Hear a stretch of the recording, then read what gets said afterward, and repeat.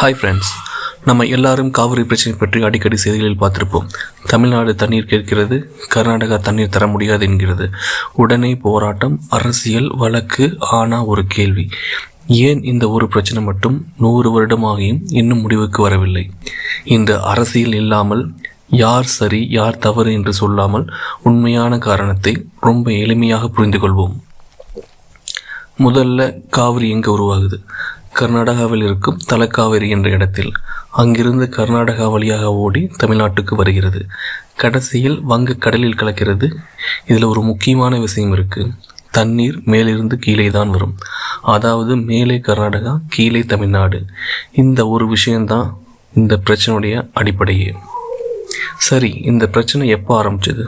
100 வருடத்துக்கு முன்னாடி 1892, அதுக்கப்புறம் 1924. 2 முக்கியமான ஒப்பந்தங்கள் போடப்பட்டன. அந்த காலத்தில் மக்கள் தொகை ரொம்ப குறைவு, விவசாயமும் குறைவு, தண்ணீர் தேவையும் குறைவு. ஆனால் இன்று 2 மாநிலங்களிலும் கோடிக்கணக்கான மக்கள், விவசாயம் அதிகம், தொழிற்சாலைகளும் அதிகம், குடிநீர் தேவைகளும் அதிகம்.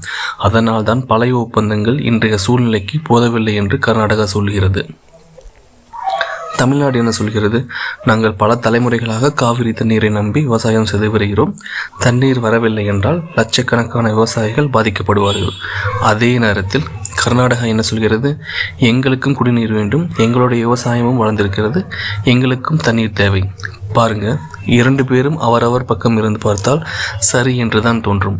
அதனால் தான் இந்த பிரச்சனை இவ்வளவு சிக்கலாக இருக்கிறது.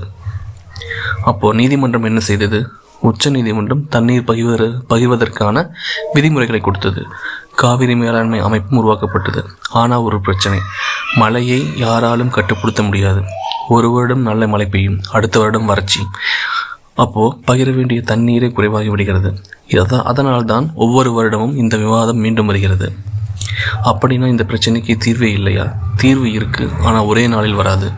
தண்ணீரை சிக்கனமாக பயன்படுத்த வேண்டும், மழைநீரை சேமிக்க வேண்டும், நவீன விவசாய முறைகளை அதிகப்படுத்த வேண்டும்.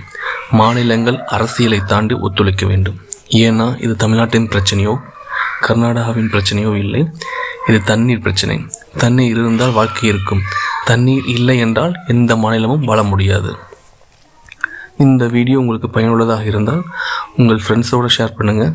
இதுபோல் எக்கனாமிக்ஸ், ஹிஸ்ட்ரி, சயின்ஸ் மற்றும் நம்ம வாழ்க்கையை பாதிக்கும் முக்கியமான விஷயங்களை எளிதில் தமிழில் புரிந்து கொள்ள நம்ம சேனலை சப்ஸ்கிரைப் பண்ணுங்கள். நன்றி.